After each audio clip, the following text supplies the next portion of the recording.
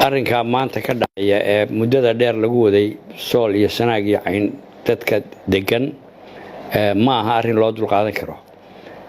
waxa xoolaha geela waxaan ku maqli jiray waa la tolaado markaasay ogolaysiiyaa ilmaha toliin baa lagu ogolaysiiyaa marka toliin laydinku ogolaysiin kari maayo. waxyaabaha maanta la wado oo ah aan ku dilay dooro sanaaduuqda la keenaya waxa weeye aan ku dilay anoo ku dilaya misna dooro arrinkaasi arrin loo dulqaadan karo maaha. midda kale waxaan idin sheegayaa wixii ay ka dhiidhiyeen oo hubka ka qaateen bay samaynayaan. waxaan caddaynayaa oo sheegayaa in wixii ay samayn jireen aanu samayn karno oo dadkani aad samayn kartaan way lugeeyeen way gaajoodeen waa dhinteen intaba waa yeeli karaa oo dhulbahanta iyo sool iyo sanaag iyo cayn dadka degani waa runtii waa yeeli karaan. weliba waxaa intaa dheeraada waan sheegayaa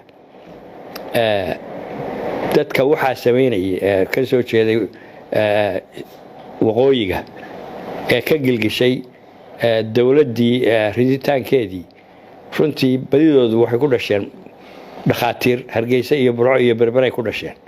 dadka ay waxaa ku samaynayaan waxay badidoodu ku dhasheen ayda geed hoostii bay ku dhasheen. marka waa samayn karaa waa la lugeyn karaa waa la gaajoon karaa siday samayn jireen oo isku xoreeyeen si lamida ama ka sii maxay tahay qoto dheer baanu bay samayn karaan dadkaasi.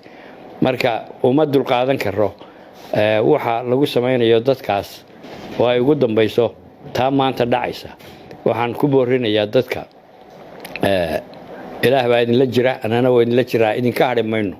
haddii aanu baryo aamusnayn runtii waa hadlaynaa garabkiinaanu taagannahay waa idinla howlgalaynaa.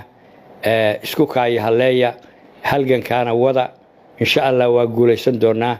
maantana waxaa muuqata dabayshii caafimaad dabayshii xorriyadeed baa muuqata taasaynu isugu imaanaynaa haddii la yidhi intaasaan kusoo gabaynayaa aad iyo aad baad u mahadsantiin.